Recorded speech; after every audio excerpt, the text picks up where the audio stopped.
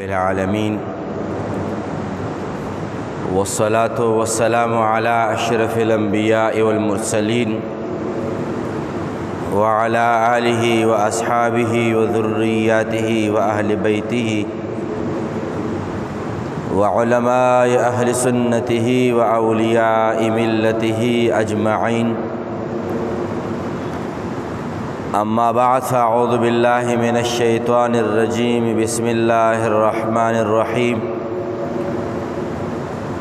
قال الله تبارك وتعالى في كتابه المجيد وفرقانه الحميد: لكل أمة جعلنا منسكا هو ناسكوه. صدق الله العظيم وصدق رسوله النبي الكريم الأمين. إن الله وملائكته يصلون على النبي يا أيها الذين آمنوا صلوا عليه وسلموا تسليما. اللهم صل على سيدنا ونبينا وكريمنا وحبيبنا ومحبوبنا ومأوانا وملجانا محمد وآله وبارك وسلم وصل عليه. الصلاة والسلام عليك يا سيدي يا رسول الله. الصلاة والسلام عليك يا سيدي يا حبيب الله. الصلاة والسلام عليك يا سيدي يا إمام المتقين وعلى آلك وأصحابك يا سيدي يا مرشدي يا محبوبي ويا محبوب رب العالمين. رب العزال خالق کائنات رب ذوالجلال دغه مبارک میاشتې په آغاز کې او دغه مبارک ورځې په دغه وسط کې زموږ استاسو د حاضری د لیدل اوریدل ویل په خپل عظیم بارگاہ کې قبول مقبول او منظور فرمایي. او رب العزال خالق کائنات دغه مبارکو شب و روز او دغه ساعات او دغه لمحات برکات انوار او تجلیات زموږ استاسو په دواړه جهان باندې نصیب فرمایي.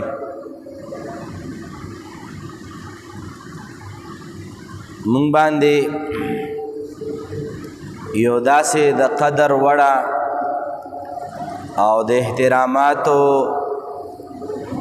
او د اکراماتو داسې یو درنه ورځ را روانه ده چې هغې باندې مسلمانان په کل عالم کې د قربانۍ یو اهم عبادت ترلاسه کوي، یو اهم او یو لازم او یو واجب عبادت د خپل د زندګۍ مقدر ګرځي. حاضرینو چې کومه قرباني د لوی اختر په ورځ باندې کیږي د دې لپاره لازمه خبره ده چې خلک دا غټ اختر د ورځې نه وړاندې د قربانۍ د اخیستو د څاروي د اخیستو اهتمام کوي. او بیا هر یو مسلمان دا کوشش لري او دا هڅه کوي چې په ما باندې قرباني واجب ده او کنه. چا سره څومره روپۍ دي، چا سره څومره سونه ده، چا سره څومره چاندي ده، چا سره څومره ضروریاتو نه اشیا موجود دي او چا سره څومره مال تجارت موجود دی. دا 5 قسمه څیزونه خلک ولټوي او هغې نه بعد علماو نه خلک پوښتنه کوي چې آیا په داسې صورت کې په ما باندې قرباني واجب ده او که نه. لکه څنګه په تېره جمعه مختصر مونږ اشاره عرض کړې وه چې تقریبا د هغې ورځې د حساب مطابق 1,40,000 روپۍ چې چا سره نقد دی د قرض او د ضروریاتو د زندګۍ نه فارغې وي نو هغه باندې قرباني چې ده واجب ده. او چا سره 9 تولې سونه وي یا د هغې نه زیات او چا سره 52 تولې سپین زر وي د هغې نه زیات هغه باندې قرباني واجب ده. یا چا سره اضافي دومره څیزونه وي یا مال تجارت وي چې هغه د 250 نیمو تولو چاندې ته رسیږي یعنی د 1.5 لاک روپو کم و بیش ته رسیږي نو هغه باندې قرباني واجب ده. په دې موضوع باندې مونږ بار بار خبرې هم کړي دي او بار بار په دې باندې مونږ وضاحتونه هم د ستاسو عالی جناب کې وړاندې کړي دي. خو نن په دې جمعه باندې د قربانۍ د تاریخ او د قربانۍ د فلسفې په حواله سره دوه درې خبرې عرض کول غواړم چې د قربانۍ فلسفه څه ده. خدای پاک په دغه څاروي حلالولو کې موږ نه څه غواړي؟ دا څاروی حلالول دا ولې داسې یو عبادت دی چې زناور حلال کا و رب راضي کیږي؟ په دې کې هغه پوشیده غوندې راز څه دی؟ د دې فلسفه څه ده؟ او وړاندې د دې نه چې په دې فلسفه باندې دوه درې خبرې وکړو زه تاریخ طرف ته تلل غواړم د آیات کریمه په تناظر کې چې دا یو یاد ساتئ دا قربانی دا صرف د ابراهیم علیہ السلام د قربانی نوم قربانی نه ده بلکې قربانی چې کله آدم علیہ السلام مبارک پیدا شو او کله د هغه زوی د حابیل او د قابیل لانجه راله خپل منځ کې اختلاف راغی داغه وخت نه دغه قربانی او تصور روان دی په مختلفو تصوراتو کې مختلفو اندازونو او په طریقو باندې دا قربانی را روانه ده مطلق قربانی. خو بیا چې کله ابراهیم علیہ السلام مبارک ما قربانی کړې ده هغې لا یو بیا ځان لا اهمیت حاصل دی. زه په لنډه توګه باندې دا ووایم چې کله تیرو جمعو کې ما د هغې طرف ته مختصر غوندې اشاره عرض کړې وه چې حابیل او د قابیل سره چې کومې خویندې پیدا شوې وې نو قانون او شریعت دا و مخکې چې کومه رور سره کومه جینۍ پیدا ده دا به هغه بل رور په نکاح اخلي او هغه چې وروسته رور کشر پیدا ده او د هغې سره چې کومه جینۍ پیدا ده دا مشر رور به په نکاح باندې اخلي. دا یو شریعت د آدم علیہ السلام. خو چې کله قابیل دا سوچ وکړو چې ما سره کومه جینۍ پیدا ده دا ښکلې ده او د حابیل سره چې کومه جینۍ پیدا ده هغه بدرنګه ده او ما به هغه په نصیب کیږي ځکه چې هغه قانون داسې دی. نو هغه حسد راواغستو او د حضرت آدم علیہ السلام حکم فرمایلو د رب ذوالجلال په حکم سره چې قابیل ته ووایه چې داسې مه کوه بس خدای پاک چې څه مقرر کړي تا دپاره په هغې راضي شه. خو هغه باوجود د دې نه راضي کېدو الله پاک ورته حکم وفرمایلو چې دا د خدای پاک حکم دی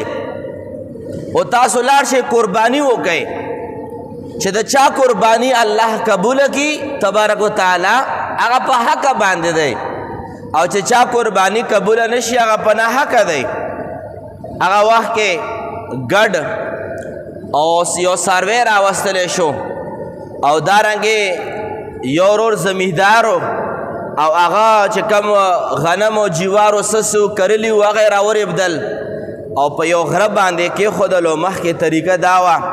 چې قربانی بچا خوړه نه کاغه غوښه وه او کاغه هر یو شی صدقه او قربانی چې کوم څیز دا بچا خوړو نه اسمان نه به اور راغی او اور به هغه څیز خوړو نو پته به ولګېده چې د قربانی قبوله ده. نو چې کله حابیل و قابیل دا خپل قربانی او نذرانې مخ په وړاندې کېښودې غره په سر باندې اسمان نه اور راغی او د حابیل علیہ السلام قربانی وخوړه او قبوله شوه او د قابیل قربانی چې دا قبوله نشوه. نو ما مقصد په دغه اشاره سره او دغه آیات کریمه سره زما مقصد دا و چې لکه څنګه قرآن کریم فرقان حمید کې رب العزال ارشاد فرمائی قال انما یتقبل اللہ من المتقین. سورة مائدہ کے رب العزال فرمائی چې زه قربانی د پرهیزګارو خلکو والا قبلوما نو قابیل پرهیزګار نو هغه د حد نه تجاوز کولو د شریعت د احکامو نه تجاوز کولو او حابیل دا پرهیزګار او هغه دا ویل چې خدای پاک څه فرمایي او زما پلار پیغمبر علیه السلام څه فرمایي نو دا به ما ته قبول و منظور وي لہذا مقصد مو په دغه الفاظو په دغه اشاراتو سره داو چې دا قربانۍ تصور چې دی دا قرباني چې موږ لوی اختر باندې کوو دا په مختلفو صورتونو باندې هغه د سیدنا آدم علیه السلام مبارک د زمانې نه دا قربانی روانه ده او په مختلفو پیغمبرانو په دورونو کې په مختلفو طریقو باندې رب العزال خالق کائنات د قربانۍ یو تصور پرېښود او یو حکم په هر یو امت کې موجود و ځکه رب العزال خالق کائنات صورت حج کې ارشاد فرمائی لکل امت جعلنا منسکا اللہ فرمائی د هر یو امت تپارا ما د قربانۍ یو حکم ګرځولی هر امت کې ما د قربانۍ یو امر ګرځولی او په هر امت کې الله پاک د قربانۍ یو تصور لازم کړی و چې په هر امت کې الله فرمایي ما قربانی لازمه کړې وه او بیا مزید رب ذوالجلال فرمایي هو ناسکوه او هر یو امتی به دا قربانی بیا به د زړه د خلاصه کوله او دا قربانی به بیا هر یو امت کوله چې کومه قربانی ما په هر یو امت باندې لازمه کړې وه او د قربانۍ په تصور کې لکه څنګه انشاءالله وروستو بارس کوو د قربانۍ یو ځان لا دا تصور په اسلام کې او د اسلام نه مخکې په دینونو کې چې د کم قربانۍ تصور موجود و په هغې باندې شاته څه ډېرې فلسفې او ډېر حکمتونه او اسرار او رموز پراته او چې بیا کله مونږ د ابراهیم علیه السلام مبارک قربانۍ طرف ته راشو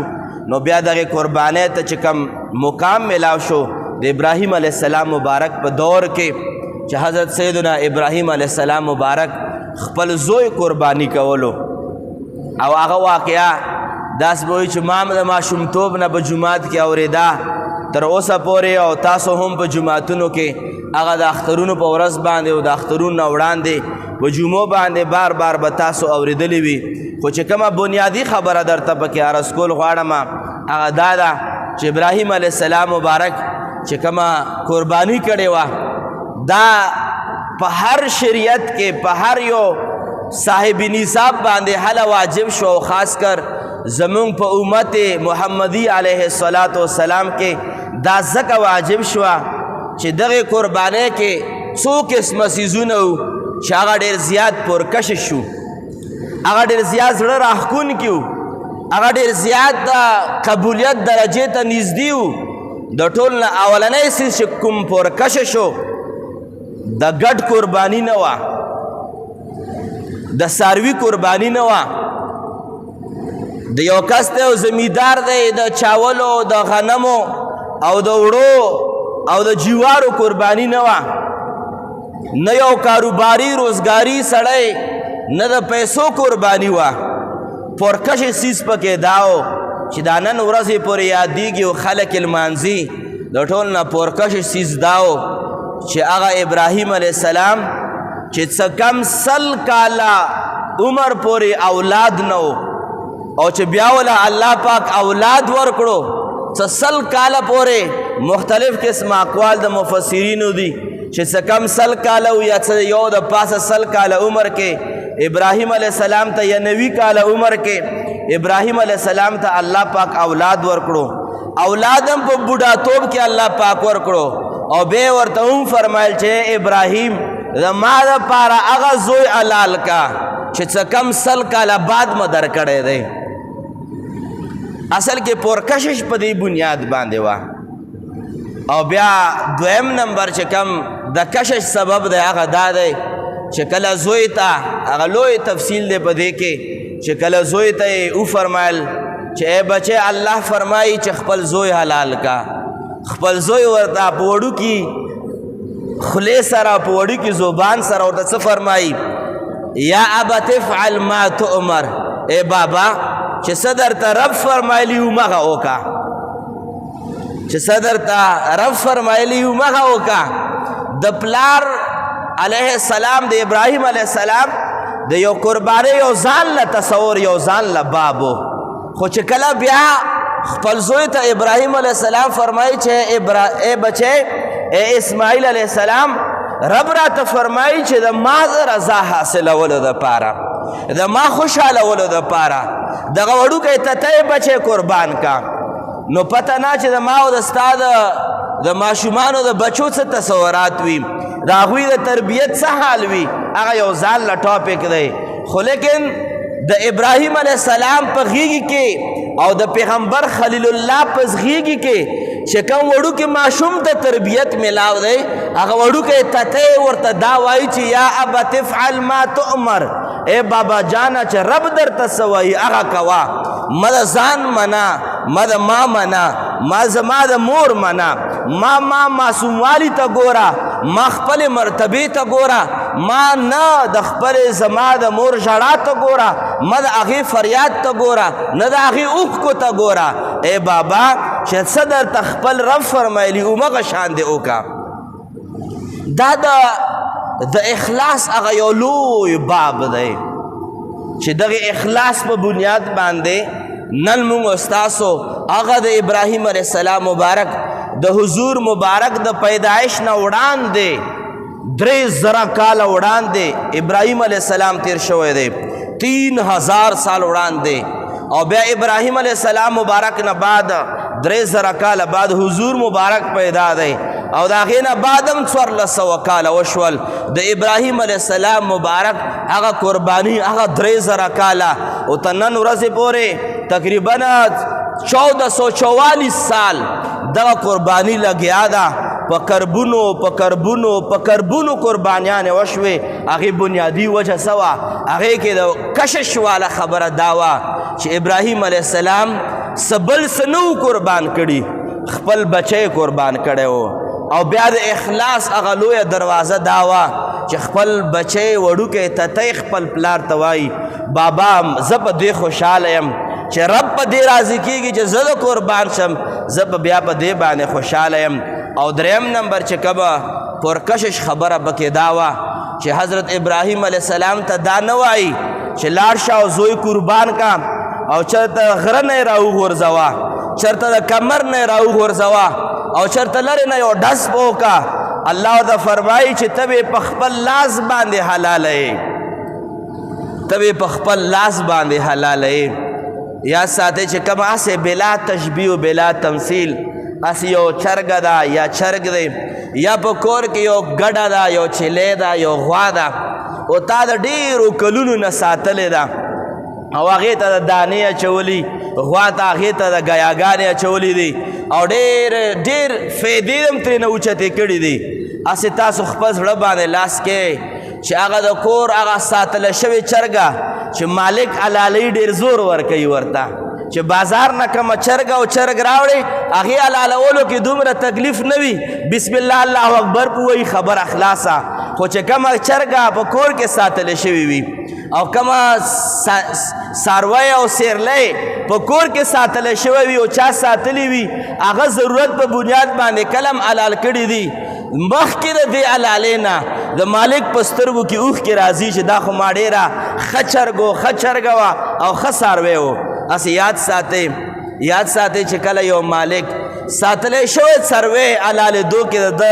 د زړه دړکن تیزیږي په سترګو کې اوښکې راځي نو بیا تاسو خپله اندازه ولګوئ چې حضرت ابراهیم خلیل الله ته څه کم 100 کاله بعد الله پاک نازولی او نیازبین وړوکی ماشوم ورکو او رب ورته فرمایي چې قرباني کوي به یې داسې چې په خپل لاس باندې به حلالوي په خپل لاس باندې حلالوي او خپل بچی ورته فرمایي بابا د ما په مخ باندې صادر واچوه هسې نه چې د حلالۍ په وخت کې زړه کې دا تصورات را نشي چرته چې د ما باندې چرته ونه ځایرېږي زما ابنیت در باندې محبت در باندې غالب نشي چې دا زما بچی دی ای بابا د ما په مخ باندې صادر واچوه چې کله چاړه راکاږي کم از کم زما په لیدو باندې زما په تکلیف لیدو باندې چېرته د ستا تصورات ارادې د مخکې وروستو نه شي ای بابا د ما په مخ باندې څادر واچوه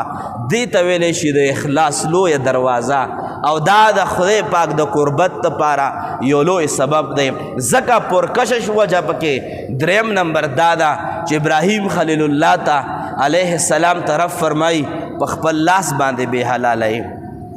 خپل لاس باندې بې حلالوي او بیا ام شوه داسې خپل بچی خوشبوداره کو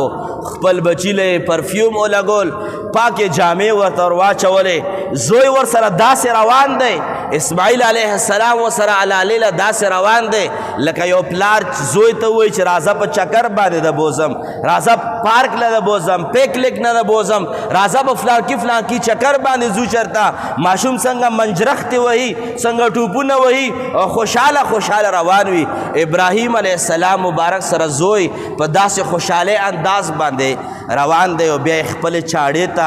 سملی او خپل نازولی او سپین بچی خپل او هغه نازولی چې وروسته ورته پیغمبري میلاویږي د هغه د حسن انداز به څنګه و دا اسماعیل علیه السلام مبارک دا د حضور مبارک نیکه دی ابراهیم علیه السلام دو زامنو یعقوب علیہ السلام مبارک اسماعیل علیہ السلام مبارک یعقوب علیہ السلام پا اولاد اسحاق علیہ السلام پا اولاد کے 70,000 کم و بیش پیغمبران پیدا دی او د ابراہیم علیہ السلام د غزوی اسماعیل علیہ السلام پا اولاد کے یو پیغمبر پیدا دی چاگه د ټولو پیغمبرانو سردار محمد مجتبی علیہ السلام مبارک دی زمونږ استاسو د نبی نیکه زمونږ د ستاسو د نبی نیکه اسماعیل علیہ السلام مبارک چې د هغه په مخ کې نور مصطفی ښکاره کېدو د هغه په تندي کې جمال مصطفی علیہ السلام مبارک ځلېدو هغه ښکلی ماشوم چې نبی په هر کمال باندې اتم وي هغه وړوکی ماشوم روان کړی دی او د څه دپاره روان کړی چې رب فرمایي چې قربانې کا رب فرمایي چې په خپله باندې حلال کا هغه قربانۍ هغه معیار او هغه مقام د حده پورې ورسېدو چې نن ورځو پورې په روانه انشاءالله په جمعرات ورځ باندې په پاکستان کې او بود په ورځ باندې نوره دنیا کې چې کومه قرباني کېږي دغې قربانۍ هغه تصور مونږ ته حضرت سیدنا ابراهیم علیه السلام د اخلاص او د پرکشش د اسبابو نه ډکه مونږ تاسو ته پرېښودی دی مقصد به دا چې د ابراهیم علیه السلام مبارک دا قربانی مونږ استاسو باندې حضور مبارک ته اصحاب کرام عرض کوي یا رسول الله صلی الله علیه وسلم دا قربانی څه شی دی د قربانی څه تاریخ دی د قربانی څه تصور دی حضور مبارک ورته فرمایي چې دا د ستاسو د پلار د ابراهیم علیه السلام یا زما د پلار د ابراهیم علیه السلام دا یو سنت دی چې مونږ ستاسو کې رایج دی او دا به تاسو کوئ چې څوک صاحب نصاب وي غرض مدا چې ما خبره دې حده پورې کوله چې د قربانۍ تاریخ چې دی دا د مخکې زمانو نه روان دی او په مختلفو امتونو کې په مختلفو طریقو باندې دا قرباني چې دا شته دی حضور خبرې زیاتې خو زه پکې دا خبره ضرور وکړم چې کومه خبره زما مقصد دی چې قرباني یو ځان له تاریخ لري په هغې باندې ډېرې خبرې ممکن دي خو دا دویم نمبر د خطاب دویم نمبر حصې ته به زه راشم هغه دا چې دا قرباني مقصد څه دی د قربانۍ فلسفه څه ده هسې نه چې مونږ لوی لوی څاروي او ځناور راغورځوو حلالو یې او مونږ هغه مقصد او فلسفه نه بلکل بېخبره پاتې شو الله کریم خالق کائنات په خپله باندې قرآن کریم کې فرقان حمید کې د یو مقصد طرف ته اشاره فرمایلی ده الله کریم فرمایي لن ینال الله لحومها ولا دماؤها ولكن يناله التقوى منكم الله فرمایي بندگانو قربانۍ د وینو تویولو نوم نه دی قربانی د غوښې خوړلو د غوښې تقسیمېدلو بل چاله ورکولو نوم نه دی الله فرمایي قربانۍ د غوښې دپاره حلالۍ دپاره وینې تویېدو دپاره د نامې جامې دپاره مه کوئ الله فرمایي د قربانۍ فلسفه دا ده چې تاسو په زړه کې د قربانۍ په صورت کې چې کومه تقوا پرته ده هغه تقوا ما ته را رسیږي نه د ستاسو د قربانۍ غوښې زما پکار دي او نه زما وینې پکار دي گویا قرآن کریم فرمائی د قربانۍ خلاصہ او نچوڑ مقصود او مطلوب دا دے چې انسان په قربانۍ باندې رب راضی کی قربانۍ مقصد کله هم دا نه دی لکه اسې د دوه درې خبرې زیاتې شي معذرت سره خو چونکې دا یو اهم ټاپک دی نن سبا وخت کې لکه څنګه د حج او د عمرې نه یو رسم جوړ شوی یوه نامه جامه ترې نه جوړه شوې د قربانۍ نه یو نامه جامه یو رسم جوړ شوی لکه مارکیټونو کې تاسو وګورئ منډیو کې خلق د نامې جامې دپاره لوی لوی قربانۍ اخلي او بیا ویډیوګانې ترې نه کوي او مختلفو سوشل میډیا چینلز چې کوم دي هغه خلک ورته راځي تا په څو اغوستی او دغه به څه خوړل او بادام به خوړل او پی به خوړل نن سبا د دغې قربانۍ نه رسم جوړ دی او الله فرمایي ما د دغې قربانۍ چې ته په تصور کې لرې چې دغه بادام خوړل او پی به خوړل او دومره کیلو غوښه ده پکې او دومره قیمت باندې شوې ده الله فرمایي دا څیزونو سره زما کار نشته دی دا غوښې هم د ستا دي دا وینه هم د ستا ده الله پاک په بارګاه کې چې څه شی حاضریږي هغه د انسان د زړه تقوا بارګاه الهي کې قبلیږي نو مقصد مه ده چې کچرې مونږ او ستاسو دا بعضې مالداره خلک یا چې کم کرکټران دي یا کم اکټران دي یا کم داسې مشهور خلک دي هغوی د نامې جامې دپاره ډېر ګران مختلف قسمه څاروي واخلي او بیا په سوشل میډیا باندې د هغې تصویرانو د هغې ویډیوګانې گردش کوي الله کریم ته داسې قربانو هیڅ کله ضرورت نشته یوې ضرورت هم ورته نشته خو مقصد دا چې الله کریم داسې قرباني هډو قبلوي نه ځکه چې مقصود او فلسفه دا ده چې د خدای پاک بنده نه تقوا غواړي پرهیزګاري غواړي اخلاص غواړي خلوص غواړي خدای پاک هله قرباني قبلوي چې د ستا په زړه کې خلوص وي او خلوص دا د ریاکارۍ متضاد دی او کچرې مونږ دې طرف ته لاړ شو او د حضور مبارک یو حدیث مبارک واخلو حضور مبارک فرمایي چې سمنوا ضحایاکم بل روایت کې راځي عظموا ضحایاکم حضور فرمایي چې مضبوط او سربه سروي حلال کئ لازمه خبره چې ګران به وي فانها علی الصراط مطایاکم دا به ستاسو په پل صراط باندې سورلی وي تیری بم یو طرف ته شریعت منع کړې ده چې په دې مضبوط او په دې باندې مقابله مه کوئ او بل طرف ته حدیث مبارک کې راځي چې تاسو مضبوط څاروي سربت څاروي د غوښې نه ډک څاروي دا تاسو حلال کئ یا ساده په دې مغالطه کې پرې نه وځئ فضیلت دا ده یو کس ته صورت ته مسئلې درته وایم یو کس ته او هغه په 1.5 لاکھ روپۍ باندې 3 څاروي اخلي او ځان له 3 قربانیانې کوي او بل کس ته هغه په 1.5 لاکھ روپۍ باندې یو څاروی اخلي او یوه قرباني کوي نو واضحه ده چې په 1.5 لاکھ 3 څاروي اخلي هغه به واړه وي کمزوري به وي غوښه به هم پکې کمې وي خو قربانۍ 3 کوي ځان له یوه په واجب ده او 2 ځان له مستحب کوي ځان له 3 قربانۍ کوي او بل یو کس دی په 1.5 لاکھ باندې غټه څاروی اخلي چې غوښې نه هم ډک دی په هر لحاظ برابره ده خو دا وایي چې حضور فرمایلی دي چې ښه څاروی واخله 3 قربانو والا افضل شو که د یوې قربانۍ والا علما لیکي چې څوک یوه غټه قرباني وکړي دا افضل دی د 3 قربانو نه ولی حضور فرمایي سمنوا ضحایاکم عظموا ضحایاکم تاسو سربه څاروو باندې قرباني وکئ نو دغه حدیث په تناظر کې په غټ څاروي باندې سربه څاروي باندې قرباني کول دا د ډیرو قربانیانو نه افضل دی د دې د وجې نه که چېرې دا حدیث څوک یو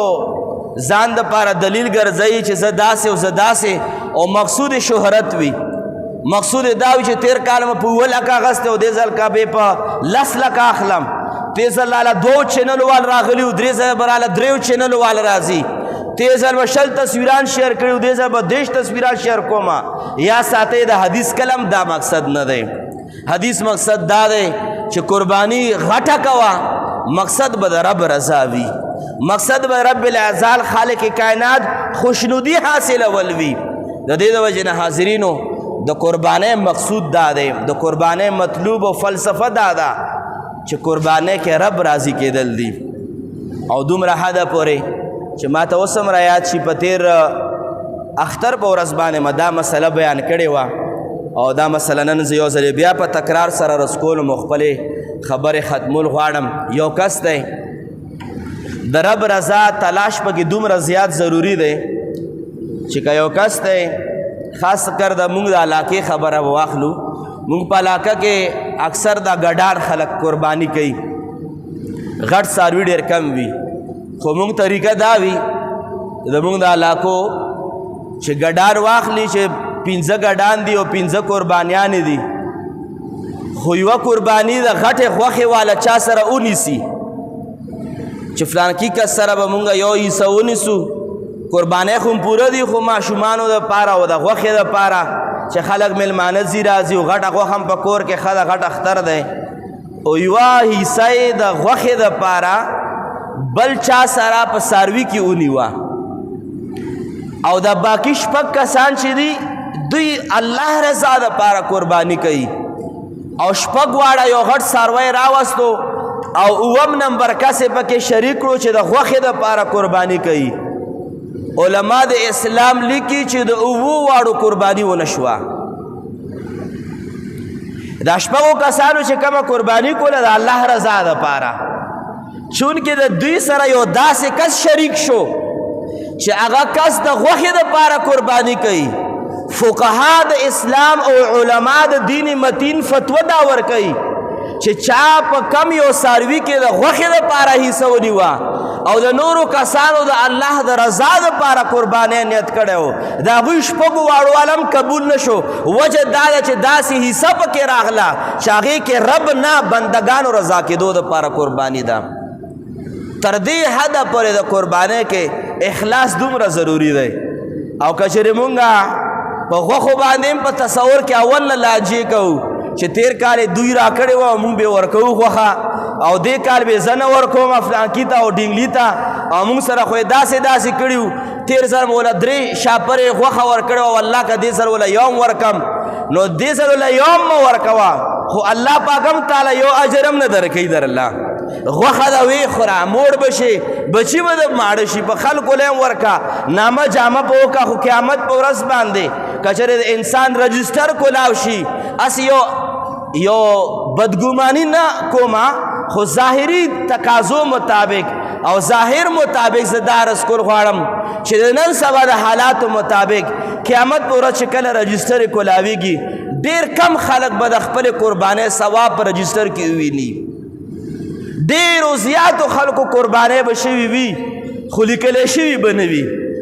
هغې وجه به دا وي چې فلانکي له غوښه ورکوم او فلانکي له نه ورکوم. تیر کال مو سره خبرې اترې الیک سلیک وو، دې ځل مو سره نشته، دې ځل به زه داسې کوم او دې ځل به زه داسې کوم. رب کائنات خالق کائنات ارشاد فرمایي چې نه زما غوښې پکار دي نه زما د ستا وینه پکار ده، ما د بنده نه مطلوب و مقصود دا دی چې د بنده په زړه کې څومره تقوا پرته ده. الله کریم خالق کائنات د بندگانو نه تقوا طلب کوي چې تاسو په زړه کې چې کومه تقوا پرته ده، د رب رضا پرته ده، څومره اخلاص پروت دی، رب العزال په قربانۍ کې اخلاص طلب کوي. نو حاضرینو مبارکه ورځ را روانه ده، چا به قربانۍ اخیستې وي یا به څوک قربانۍ اخلي، یاد ساتئ قربانۍ کې ټولې خبرې شاته، دا یوه قرباني د دې دپاره چې ما نه خپل رب راضي شي، ما نه خپل خالق و مالک راضي شي. او چا ابراهیم علیه السلام خپل بچی قرباني ورکړې وه، آیا زه به د څاروي قرباني د الله رضا دپاره نشم کولی؟ ټولې خبرې وروستو په قربانۍ کې د ټولو نه مطلوب او مقصودي څیز د رب رضا ده. د رب رضا دپاره قرباني کول پکار دي چې په دې باندې رب العزال خالق کائنات راضي شي. چند اهم مسائل دي خو بیا به وخت ډېر ونیسي، خو یو مسله چې ما نه بار بار په دا چند ورځو کې پوښتنه وشوه، دې مسلې جواب در کوم او سوال درته بیانوم. که چېرې یو کس دی او هغه قربانۍ ډېرې کوي، آیا د خپله قرباني د قربانۍ سروی بل چاله ورکولی شي چې قرباني وله وکړي؟ لکه یو خو غوښه ورکول وي، یو کس ته ووایي زه 10-12 ګډان او میښې او غواګانې حلالومه، او دا بعضې کسانو له زه د قربانۍ سروی ورکوم چې ځان له دې حلال کړي. په دې کې 2 صورتونه دي، دا مسله یاد ساتئ. یو صورت پکې دا دی چې غونډ ژوندی څاروی د قربانۍ چاله ورکولی شي که نه، ورکول جایز دي، خو شرط به پکې دا وي چې دا قرباني ځان له ونه کي. ته به ورته وایې چې دا څاروی د ستا شو، خو چې کله یې ته حلالوې نیت به پکې دا کوې چې د فلانکی مثل ابوبکر نوم کس دی، ابوبکر دپاره زه دا قرباني کومه، نو بیا څاروی هم ورکولی شي او د ستا قرباني م وشوه. دویم نمبر صورت دا دی که چېرې چا له تا قربانۍ څاروی ژوندی ورکو او هغه ځان له قرباني په وکړه، او تا ورته وایي چې هم دا قربانۍ څاروی دا ژوندی ته واخله او ځان له حلال کا، او هغه وایي چې الله پاک دا قربانۍ څاروی دی او ته ما نه قبول کې او ځان دپاره قرباني وکړه. یاد ساته ثواب خو د وشو، د صدقې ثواب، خو قرباني د ونه شوه. چې کله به ژوندی څاروی چاله ورکول غواړئ، هغه به دا په دې باندې پوهوئ چې دا به د ما طرف نه حلالوئ. دویم نمبر چې کم اهم مسله ده او ضروری مسله چې بار بار پوښتنه وشوه هغه دا چې آیا مړو دپاره قرباني کول جایز دي او که نه؟ یا ساتئ مړي، که هغه والد صاحب وي، که والده صاحب وي، که خپل استاذ وي، که خپل شیخ وي، که خپل بچی وي، که خپل اولاد وي، د مړي دپاره قرباني کول جایز ده. او په صرف یو حدیث مبارک یو روایت عرض کول غواړم. حضور مبارک به ټول عمر 2 قربانۍ کولې، یو به یې د ځان دپاره کوله او یو به یې د ټول امت دپاره کوله. او حضرت علی رضی الله تعالی عنہ به هم 2 قربانۍ کولې، یو به یې د ځان دپاره کوله او چې حضور مبارک دغې دنیا نه پرده وکړه، یوه قرباني به یې د حضور مبارک دپاره کوله.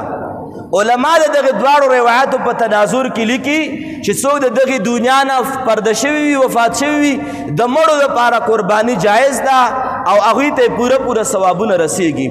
چې څوک وزداره خلک دي، حضور مبارک په ټول عمر امت دپاره یوه قرباني کړې ده، چې څوک وزداره خلک دي یوه قرباني د خپل حضور دپاره م وکئ. څاروی راولئ، 6 قربانۍ کور له وکئ، یوه قربانۍ د حضور مبارک په نامه باندې وکئ. او یو صورت ته مسلې دا دی چې که چېرې یو کس دی وصیت یې وکړو، وصیت یې وکړو چې ما له قرباني وکئ، بس وفات کېږم، که وفات شم ما له قرباني وکئ. یاد ساتئ اغلب هم قرباني کوي، خو خپل طرف نه مړي پسې قرباني